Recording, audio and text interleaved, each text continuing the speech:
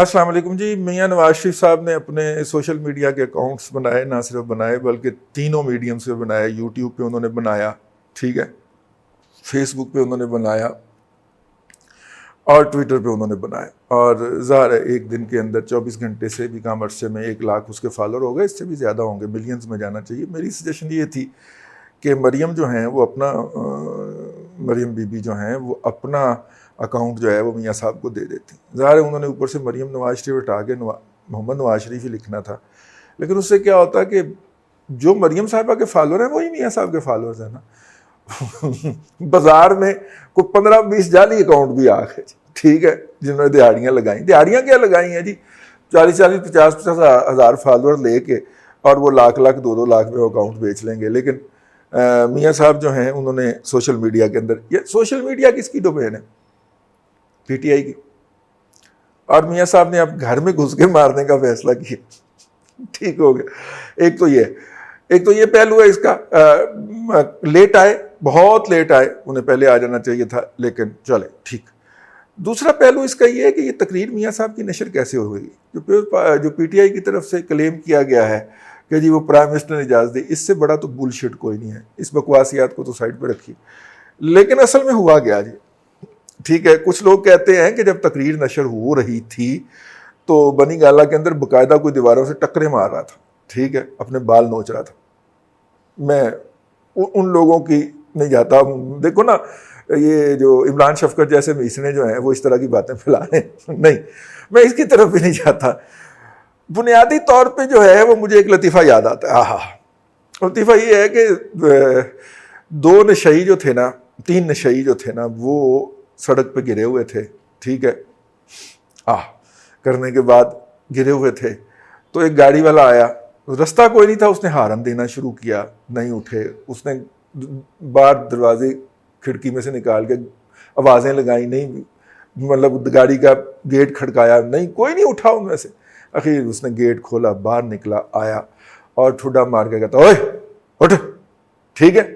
تو وہ ان میں سے ایک نے آنکھ کھولی اور اس نے کہا کہ اے دوویں تے بڑے ٹونے گئے نے, تو میریاں لتاں چوک کے پرے کر تے گڈی لگا کے لے جا. یعنی کہ یہ دونوں تو ٹون ہوئے پڑے ہیں, تو میری ٹانگیں اٹھا کے سائڈ پہ کرو اور گاڑی گزار لو. اب ٹون تو ہم تھے, ہم نے کہا کہ جی ہم نشر نہیں ہونے دیں گے, یہ ہو جائے گا, وہ ہو جائے گا. اب مسئلہ یہ ہے کہ یہ پروگرام رکوانے اور چلوانے کا کام پیمرا تو نہیں کرتی, جو کرتے ہیں ان سے کوآرڈینیٹ کرنا تھا کسی نے, ان کو کہنا تھا, ٹھیک ہے نا, اور کہنا تھا پائن ہے ذرا نشر نہیں ہونے دینا. ان سے کہا نہیں ہے. ہو سکتا ہے کہ اتوار کا دن تھا, صاحب لوگ تو اتوار کو چھٹی کرتے ہیں, تو صاحب لوگ ڈیوٹی پہ نہ ہوں, کیا خیال ہے؟ تو لہذا وہ جی نشر ہو گیا. نشر ہونے کے درمیان جب ڈھونڈیا پڑی اور بگیا پڑی کہ کیسے ہو گیا, تو پتہ چلا کہ nobody has intimated them کہ اس کو روکنا ہے. تو انہوں نے کہا کہ صاحب لوگ نے کہا کہ ہم تو چھٹی پہ ہوتا ہے, سیٹرڈے سنڈے اپنا چھٹی ہوتا ہے. اس لیے آپ دیکھیے گا کہ بہت سے اینٹائی گورنمنٹ جو ٹرینڈز ہیں وہ سیٹرڈے سنڈے کو بنتے ہیں کیونکہ صاحب لوگ چھٹی پہ ہوتا ہے. تو آج دیکھ لیں نا, پہلے ٹاپ کے 4-5 ٹرینڈ جو ہیں وہ سرکار کے ہیں کہ نہیں ہیں, موجودہ سرکار اور ان کو لانے والوں کے ہیں نا جی. آج کے 4-5 ٹاپ کے ٹرینڈ جس وقت ہم یہ پروگرام ریکارڈ کر رہے ہیں. تو اس کا مطلب یہ کیا ہے؟ اس کا مطلب یہ ہے کہ کسی ذمہ داری نہیں لی. Exactly the way of governance PTI is doing in Pakistan. It is dealing all the affairs. ٹھیک ہے. ویسے کل وہ پیج اٹھا کے نہیں لائے جس پہ وہ ایک ہوتے ہیں. کل کسی نے ذکر نہیں کیا کہ ہم ایک پیج پہ, خیر آپ کہیں گے دادے کو جھکتے چھوج رہی ہیں, رئیس صاحب جھکتے کرا رہے ہیں, نہیں, آگے چلتے ہیں. دوسری بات یہ ہے کہ اتنی ہارڈ جو تقریر تھی وزیر اعظم صاحب کی, بہت سارے لوگوں کا خیال ہے کہ جناب فلاں نے لکھی ہے, ڈمکا نے لکھی ہے, کچھ دریدہ دین تے ساڈا نام ہی لا گیا کہ انہوں نے لکھی. نہیں سر, میری اتنی اوقات ہی نہیں ہے سر, یہ بھی میرے خلاف رہے ہیں, آپ کو اندازہ نہیں ہے, مجھے ان سے بھی بڑی پڑی ہوئی ہیں, ٹھیک ہے. اور میرے کیریئر کے اندر جتنے بھی سیٹ بیک آئے ہیں وہ اس وقت آئے ہیں PMLN کے ہاتھوں آئے ہیں. ہم نے کبھی دل پہ نہیں رکھا, ٹھیک ہے یار, اس وقت بھی ہمارا اصولی سٹینڈ تھا, اس وقت بھی اصولی سٹینڈ, ٹھیک ہو. اپنی قسمت میں جو ہوگا وہ آ جائے گا نا. اس لیے بندوں سے کیوں لڑا جائے, اس سے لڑا جائے نا, ٹھیک ہے, اس ٹھگوں کے ٹھگ کو ٹھگا جائے نا. تو وہ ہماری قسمت میں نہیں تھے, وہ عہدے یا وہ پوزیشنیں یا وہ پیسے نہیں ہوں گے ہماری قسمت میں, اس لیے ہمیں نہیں ملے. Simple is that. یہ اس کی وجہ بن گئے. تو خیر یہ بھی, یہ جو ہیں اس وقت بھی جو تھا وہ یہی ہوتا تھا کہ یہ حضرات جو ہے یہ بھی اس طرح کی بات نہیں سنتے. موصوف جو ہیں آج کل جو ہیں وہ بھی اس طرح کی بات نہیں سنتے. ہم چند ایک پہلے اٹھائے جانے والے لوگوں میں شامل تھے. ایسے ہی خام خواہ اس طرح کی باتیں درمیان میں آ جاتی. تو coming back to that topic, میاں صاحب کی جو تقریر تھی وہ سر اس میں جو الفاظ تھے, اگر آپ نے عرفان صدیقی صاحب کے کالم پڑھے ہوں کم از کم کوئی 6-7 مہینے ہم نے پڑھے, ہم تو کئی سالوں سے پڑھ رہے تھے, پڑھتے رہے ہیں, تو آپ کو اس ڈکشن سے ہی پتہ چل جانا چاہیے کہ عرفان صدیقی صاحب کی تقریر لکھی ہوئی تھی. ٹھیک ہے. اور پھر جب شوکت عزیز صدیقی صاحب کا ذکر آ گیا تو میں کہا تو پکی عرفان صدیقی صاحب کی لکھی ہوئی تقریر. ٹھیک ہو گیا. اچھا, تیسری بات جو ہے اس کے اندر کہ اتنی جو سخت زبان استعمال ہوئی ہے, جو میرے ذرائع ہیں وہاں پہ ہیں, اور میرے ذرائع جو ہیں وہ وہاں پہ وہ موجود تھے, تقریر کے وقت باہر موجود تھے. انہوں نے کہا کہ میاں صاحب اس سے بھی سخت تقریر کرنا چاہتے تھے. اسحاق ڈار صاحب نے آ کے نا ذرا کول ڈاؤن کیا, ٹھیک ہے, کہ نہیں تھوڑا جا ہاتھ ہلکا رکھ لیں. ہاتھ ہلکا انہوں نے رکھا لیکن واپسی کا راستہ انہوں نے نہیں رکھا. اب اس کے اوپر 2 باتیں ہو رہی ہیں. ایک بات تو یہ ہے کہ میاں صاحب نے یہ نہ آنے کے لیے تقریر کی ہے. میرا خیال یہ ہے کہ یہ بات کافی حد تک درست بھی ہو سکتی ہے, لیکن اگر آپ میاں صاحب کا ٹریک دیکھیں, ٹریک ریکارڈ دیکھیں, جس طرح وہ سزا سننے کے بعد واپس آئے تھے اور جس طرح وہ چپ کر کے جیل چلے گئے اور تماشا دیکھتے رہے. آپ نے ایک بات نوٹ کی ہوگی, کل انہوں نے جوڈیشری کو سپیئر بھی نہیں کیا. ٹھیک ہے, اور ہم جس وقت یہ ویڈیو ریکارڈ کر رہے ہیں اس وقت شاید شوکت عزیز صدیقی صاحب کا کیس بھی لگا ہوا ہے. ٹھیک ہے, انہوں نے باقاعدہ جو ہے وہ جو تھے نا وہ چیف جسٹس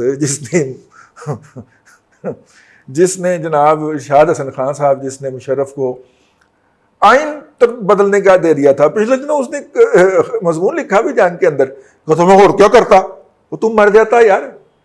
ٹھیک ہے نا, اتنے لوگ مر گئے اس دنیا میں, تو کیوں نہیں مری بدرو, مر جاتا تو اس وقت. ٹھیک ہے, لیکن ان لوگوں کے جواز دیکھیں کہ انہوں نے تو پھر خود بھی کر لینا تھا, میں نہ کرتا تو انہوں نے خود کر لینا تھا. تو ماما تم مر جاتا نا, نہ کرتا. بہت سارے لوگ نکل آئے تھے نا وہاں سے ججیوں سے استعفے دے کے کہ ہم نہیں کرتے اس طرح کی ججیاں. نہیں شالف اٹھایا انہوں نے مشرف کی ذاتی وفاداری کا. ٹھیک ہے نا, اتنے نوکری کے پیچھے پڑے ہوتے ہو یار, اتنے نوکری کے پیچھے پڑے ہوتے ہو, اپنی نسلیں باہر پہلے بھیج دیتے ہو, خدا کا خوف کرو.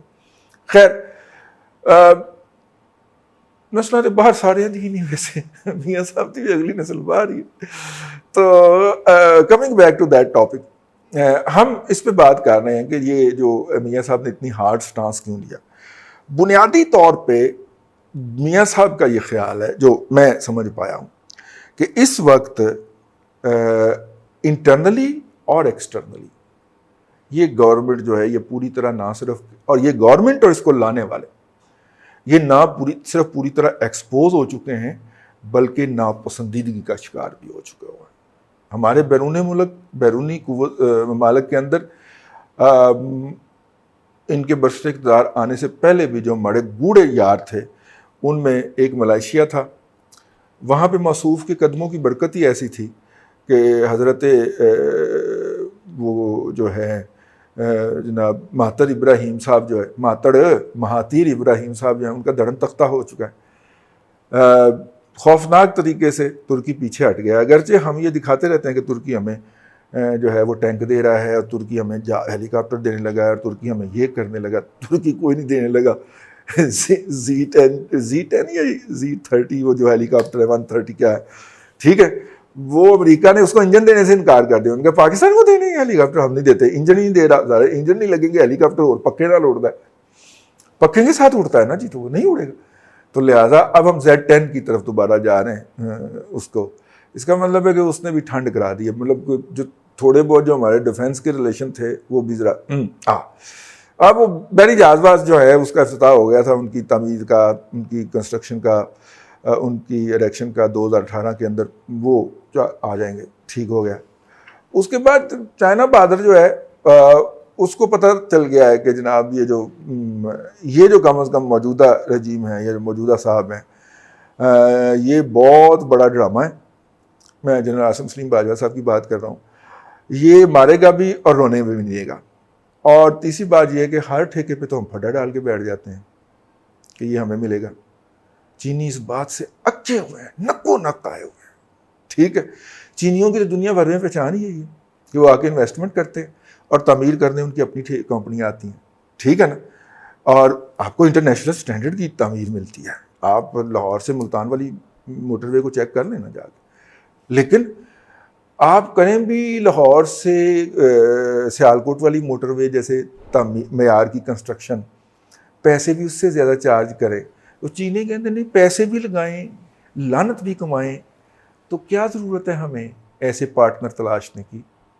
ٹھیک ہو گیا نا. اور ہم ہر ٹھیکے کے اوپر بیٹھے ہوتے ہیں کہ نہیں ٹھیکہ تو ہم لیں گے. یہی لڑائی نواز شریف صاحب کے ساتھ تھی، یہی لڑائی چینوں کے ساتھ تھی. چینوں نے اسٹینڈ اسٹل پہ ڈال دیا ہوا ہے سی پیک، وہ میں آپ کو بتا چکا ہوں. اور انہوں نے جو کوشش کی تھی چلانے کی BRT، وہ نہیں چل پائی. اور وجہ یہ ہے کہ اس کے اندر کوئی فارن کنسلٹنسی نہیں تھی، خود کو تجربہ نہیں تھا، خود کو عقل کل سمجھتے ہیں. فارن کنسلٹنسی لینا گروارا نہیں کیا. شہباز شریف کو آپ اس وجہ سے نہ کریں، انڈر رائٹ نہ کریں. اس نے ترک لا کے بٹھا لیے تھے لاہور کے اندر کہ جناب 10 میٹرو کی میں بنانی. پہلی میٹرو تو ترکوں کی زیر نگرانی بنوائی تھی نا اس نے، جن سے پھر سرٹیفکیٹ بھی لیے تھے کہ جناب سب سے فاسٹ بنی ہے، سب سے سستی بنی ہے. وہ والے ترک بٹھائے ہوئے تھے، پورا ان کا انٹراج تھا بھی یہاں پہ آگے بیٹھا، پوری جنج ان کی پوری بارات آئی ہوئی تھی یہاں پہ. تو اب جناب جو ہے وہ، لیکن یہاں پہ تو ہم جو ہوتے ہیں عقل کل ہوتے ہیں. اور ویسے بھی بندہ جب چوتھے کاش کے اوپر، جب چاند سے اوپر جاتا ہے تو عقل کل ہوتا ہے، اس سے بڑا عقل مند کوئی نہیں ہوتا. اب تو بھنگ بھی آ گئی ہے مارکیٹ کے اندر. اینی ہاؤ، وہ ایک یوتھیا نے پوچھا، ایک نہیں تھے 3-4 تھے، ایک نے پوچھا وہ کاروبار دسو. میں نے کہا دیکھو جس طرح کی آپ کی قیادت ہے، انہوں نے بھنگ اگا لینی ہے اور پھر انہیں سمجھ نہیں آنی اس کا کیا کرنا. تو alibaba.com کے اوپر جا کے تو $10,000 سے $15,000 کے درمیان اس کو بھنگ کو پروسیس کرنے والی ایک مشین ملتی ہے. یہ اس ٹیبل سے ذرا تھوڑی سی بڑی ہوتی ہے. تو ایک طرف سے وہ پتے ڈالتے ہیں تو وہ پیسٹ بھی بنا دیتی ہے اور عرق بھی نکال لیتی ہے. تو آپ وہ ذرا ابھی پلیس کر دو تاکہ 3-4 ماہ کے بعد آ جائے، تاکہ جب فصل آئے تو پھر آپ کی پارٹی کی بےزتی کم ہو. ویسے امکان کوئی نہیں ہے بےزتی کم ہونے کا. تو وہ ہنس پڑے جی آگے سے.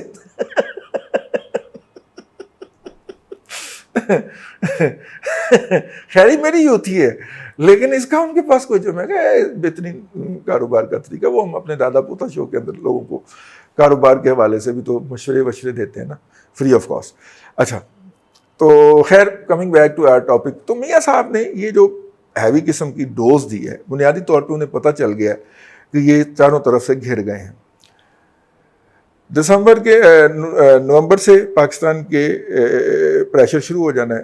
فروری میں آپ نے جانا ہے IMF کے پاس، اس سے پہلے آپ نے واپس جانا ہے اور IMF کی کنڈیشنلٹیز دوبارہ امپلیمنٹ ہونی ہے. IMF کی کنڈیشنلٹیز میں اندر گیس کے اور بجلی کے ریٹ جو ہے وہ 20 اور 30% رسپیکٹیولی بڑھانے کی کنڈیشن ہے. اس کا مطلب ہے کہ جنوری تک آپ نے منی بجٹ لانا ہی لانا ہے. دسمبر جنوری تک منی بجٹ لائیں گے، لوگوں کے اندر اور اضافہ ہوگا، ڈپریشن بڑھے گا. اچھا، جب پیمنٹس کا پریشر آ چکا ہوگا نومبر میں تو روپیہ سلپ کرے گا، مہنگائی بڑھے گی، لوگ اور تپے ہوں گے.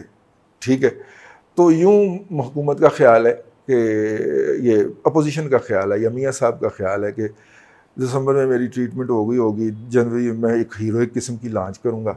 ٹھیک ہے، بھلے میں جیل ہی چلا جاؤں، لیکن وہ جو ہے، چونکہ آپ کو پتہ ہے کہ پاکستان میں جب بھی مارشل لاء ہوتا ہے تو وہ تب تک سکون سے نہیں بیٹھتا جب تک کہ وہ اپنے مخالفین کو ملک بدر نہیں کر لیتا. یہ ایوب خان سے یہی روایت چلی آ رہی. تو یہ ساری چیزیں مکس ہو گئی. تو انہیں یہ میاں صاحب باہر چاہیے تاکہ یہ ان کو وہاں پہ گالم گلوچ کر سکیں. میاں صاحب جو ہیں وہ انہوں نے ان کی یہ ساری مجبوریاں بھانپ لی ہیں. فائنانشلی آئسولیٹ ہو گئے، دوست ایکسٹرنل انٹرنل ناراض ہو رہے ہیں اور یہ تاثر دینے کی کوشش کر رہے ہیں کہ نہیں ہم ایک پیج پہ نہیں ہیں. ٹھیک ہے، اور یہ جو تقریر نشر کروائی گئی ہے، یا کچھ لوگوں کا خیال ہے، پہلے تو ہم نے ایک لائٹر وین میں بات کی نا، لیکن کچھ لوگوں کا خیال ہے کہ تقریر نشر کروا کے حکومت کو اس کی اوقات بھی یاد دلائی گئی ہے. ہو سکتا ہے کسی نئی تقرری کے اوپر، کسی نئی پوسٹ کے اوپر کسی ریٹائر بندے نے جانا ہو اور اسے نہ جانے دیا جا رہا ہو سکتا ہے کوئی سی پیک کا چیئرمین اور آنا چاہ رہا ہو، ٹھیک ہے نا، کوئی اور جس نے ابھی حال ہی میں ریٹائر ہونا ہو اس کی نظر ہو اور وہ کہے کہ اب جان بھی چھوڑو نا، تو نے اتنے پاپا جان پیزا، او پاپا جان پیزا سے یاد آیا احمد نورانی نے بھی پھر ایک ڈانگ پھیری ہے، وہ میاں صاحب کی تقریر کی وجہ سے دب گئی۔ احمد نورانی کہتا ہے کہ جس طرح سنتھیا ریچی جو ہے وہ کسی کی اسٹریٹجک ایسٹ ہے، اسی طرح جو ہے وہ گورواریا جو ہے میجر وہ بھی اسٹریٹجک ایسٹ ہے ہمارا۔ ہاں جی، وہ اتنی بڑی بات کہہ گیا اوور لک ہو گئی ہے، ٹھیک ہے، وہ کہتا ہے وہ تو ہمارا اسٹریٹجک ایسٹ ہے، وہ تو ہمارے کہنے کے اوپر تک پروگرام کرتا ہے اور بولتا ہے اور یہ کرتا ہے اور وہ کرتا ہے۔ پتہ نہیں احمد نورانی صاحب کا وہ پڑھ لے جی پورا جو وہ انہوں نے نئی تحقیقاتی خبر جو ہے وہ ڈالی ہے، تو خیر انہوں نے تو بینک اکاؤنٹ وغیرہ بھی نکال لیے ہیں، ہاں چھوڑیں اس بات کو، احمد نورانی صاحب ڈانگ پھیر رہے ہیں۔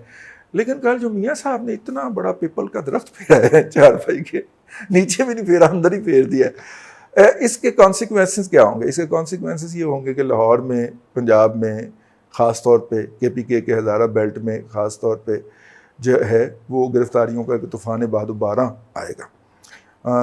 نئے قوانین پاس ہو چکے ہوئے ہیں، ان قوانین کو روب عمل لایا جائے گا، اور مولانا فضل الرحمان صاحب جو ہیں وہ اس نئے قوانین کا مین ٹارگٹ ہوں گے، اس کے اندر مساجد جو ہیں ان کے حوالے سے خاص طور پہ جو بہت عرصے سے بلکہ مشرف دور سے جو ہے وہ خواہش چلی آ رہی تھی امریکنز کی، یا امریکنز کی طرف سے لابنگ کرنے والے قادیانیوں کی جو خواہش چلی آ رہی تھی کہ وہ جو نان قادیانیز ہیں ان سے ان کی مساجد کا کنٹرول چھین لیں، اس کے حوالے سے قانون سازی انہوں نے کروا لی، ٹھیک ہے، اور اس کی وضاحتیں بھی آ گئی ہیں، ہمیں اس پہ کچھ بولنے کی ضرورت نہیں ہے، لیکن جس طرح جو ہے وہ یہ کرنے کی کوشش کی گئی، اس سے پہلے وہ فرقہ وارانہ بھی بھڑکانے کی کوشش کی گئی۔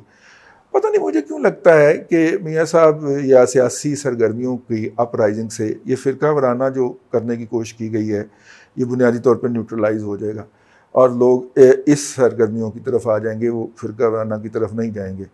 اور دوسرا یہ ہے کہ اپنا جو باقی میاں صاحب نے جو پھیرا ہے اس پہ بہت سارے لوگوں نے بہت ساری باتیں کر دی ہیں، بڑی کیلکولیٹڈ موو ہے، اور میاں نواز شریف جو ہے وہ اس حوالے سے بہت بدنام یا نیک نام ہے کہ ان کی ٹائمنگ بڑی کمال کی ہوتی ہے۔ زندگی میں ان کی ایک ہی ٹائمنگ غلط تھی، جو کہ وہ جو GIT کے سامنے پیش ہونا کا فیصلہ تھا وہ انہیں پیش نہیں ہونا چاہیے تھا، لیکن باقی ٹائمنگ ان کی کمال کی ہوتی، وہ آخر میں آتے ہیں اور سب کچھ لپیٹ کے اور فتح کا جھنڈا ہاتھ میں پکڑ کے نکل جاتے ہیں۔ ماحول بنانے میں ان کا کوئی ہاتھ نہیں ہوتا، ٹھیک ہے نا، 2.5 سال جماعت اسلامی مار کھاتی رہی، جج بحال کریں، میاں گڈی تے بہ کے اس کا کریڈٹ لے گئے، ٹھیک ہے، اور جماعت اسلامی والے پیٹتے رہے۔ سیاست تو ویسے انہیں نہیں آتی بیچاروں کو، لیکن وہ پیٹتے رہ گئے کہ جناب قربانیاں ہم نے دی ہیں، بندے ہمارے سڑے ہیں، وکلا ادھر پیٹتے رہے کہ مارے ہمارے کھائی ہیں، اور یہ سرخاب کا پر جو ہے وہ میاں نواز شریف کے سر پہ لگ گیا۔ تو یہاں پہ بھی انہوں نے بہترین ٹائمنگ چنی ہے، اکنامکلی ملک جو ہے وہ آئے گا۔ اب ایک عام پاکستانی کے لیے ایک اور ڈیزاسٹر، پہلے تو یہ ہوتا تھا کہ اکنامکلی کچھ اچیو ہو چکا ہوتا تھا تو پھر اس کو ڈپلیٹ کرتے تھے آپ آگے، لیکن یہ جو ہے اس میں تو پہلے ہی اکنامکلی بھرکس نکلا ہوا ہے۔ حکومت کی ولنریبلٹی اور سسٹینیبلٹی بہت زیادہ بڑھ گئی ہے، اور حکومت کے مخالفین کو اس کا پتہ بھی چل گیا، اور حکومت سے مراد حکومت نہیں، ہاں وہ بھی اللہ آپ کو آسانیاں عطا کرے اور آسانیاں خلق خدا میں تقسیم کرنے کی توفیق عطا کرے۔